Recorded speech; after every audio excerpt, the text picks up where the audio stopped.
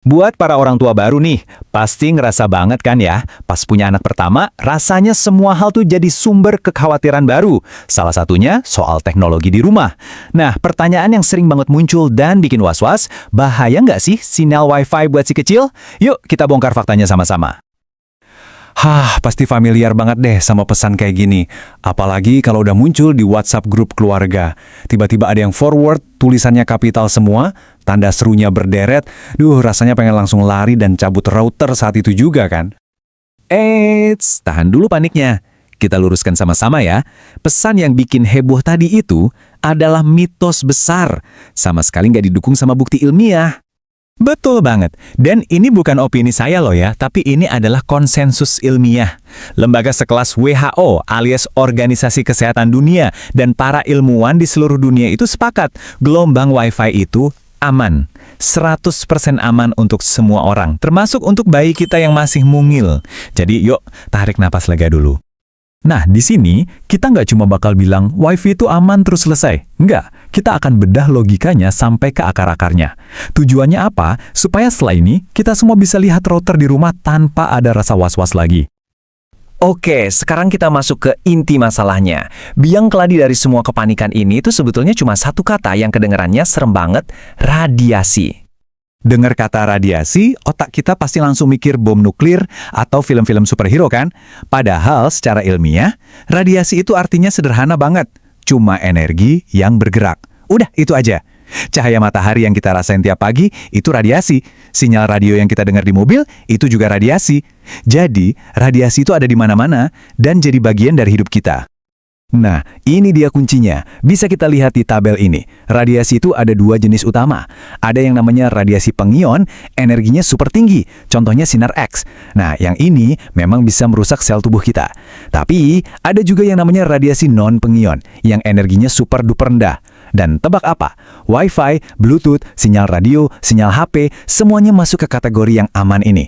Efeknya itu paling banter cuma menghasilkan panas yang sangat-sangat kecil, yang sama sekali nggak cukup kuat buat mengubah DNA atau merusak sel otak bayi. Oke, supaya makin kebayang lagi seberapa lemahnya sinyal Wi-Fi ini, yuk kita coba pakai perbandingan sederhana yang ada di sekitar kita setiap hari. Coba deh bayangin ini, kita bisa duduk di samping router Wi-Fi seharian penuh dan kulit kita nggak akan kenapa-napa. Sekarang, bandingkan dengan matahari. Kalau bayi kita jemur agak kelamaan, kulitnya bisa memerah, bahkan terbakar. Ini bukti paling simpel. Radiasi dari sinar matahari itu energinya jauh lebih kuat daripada Wi-Fi. Nah, ini dia fakta yang mungkin bikin kaget. Bohlam lampu di kamar kita yang nyala setiap malam nemenin kita tidur, itu ternyata frekuensi elektromagnetiknya lebih tinggi loh dari sinyal Wi-Fi. Logikanya kan sederhana ya. Kalau selama ini kita santai-santai aja sama lampu kamar, kenapa harus panik sama Wi-Fi yang energinya bahkan lebih rendah? Dan ada satu lagi tameng super kuat yang bikin sinyal Wi-Fi ini makin gak ada apa-apanya, yaitu jarak. Ada prinsip fisika yang namanya hukum kuadrat terbalik. Gini cara kerjanya, gampang kok. Router kan biasanya kita taruh di pojok ruangan, mungkin sekitar 2-5 meter dari box bayi. Nah, menurut hukum fisika tadi, begitu sinyalnya sampai ke bayi kita, kekuatannya itu udah anjlok drastis, nyaris jadi nol. Lucunya nih, justru ponsel yang kita pegang sambil scroll media sosial di dekat bayi, secara teknis paparannya lebih kuat karena jaraknya cuma beberapa senti. Tapi, dan ini penting banget, paparan dari ponsel itu pun masih jauh di bawah ambang batas aman. Oke, jadi kita udah sepakat ya, sinyal Wi-Fi itu aman. Tapi, tunggu dulu, ini bukan berarti nggak ada hal lain yang perlu kita waspadai dari teknologi di sekitar anak. Sekarang, mari kita geser fokus kita ke bahaya yang sesungguhnya menurut para dokter anak. Jadi, kalau bukan sinyal Wi-Fi-nya yang jadi masalah, lantas apa dong?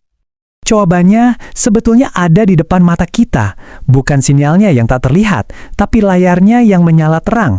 Betul sekali, bahaya yang nyata itu adalah screen time atau waktu layar. Nah, ini dia yang sebenarnya jadi kekhawatiran para dokter dan psikolog anak. Bukan sinyalnya, tapi konten dan cahaya dari layarnya. Khususnya untuk bayi di bawah 2 tahun, paparan screen time yang berlebihan itu terbukti secara ilmiah bisa memicu banyak sekali masalah. Mulai dari keterlambatan bicara atau speech delay, pola tidur jadi berantakan, sampai nanti bisa kesulitan fokus dan perhatian. Jadi, kesimpulan utamanya cuma satu ini ayah dan bunda, energi kita jangan sampai habis untuk khawatir soal sinyal wifi yang nggak terbukti bahaya.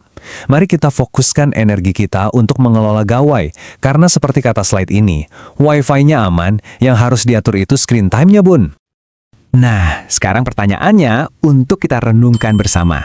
Setelah kita tahu kalau sinyalnya aman, gimana ya cara kita supaya bisa lebih bijak lagi dalam mengatur peran gawai? Ingat ya, bukan wifi-nya, tapi gawainya di lingkungan si kecil.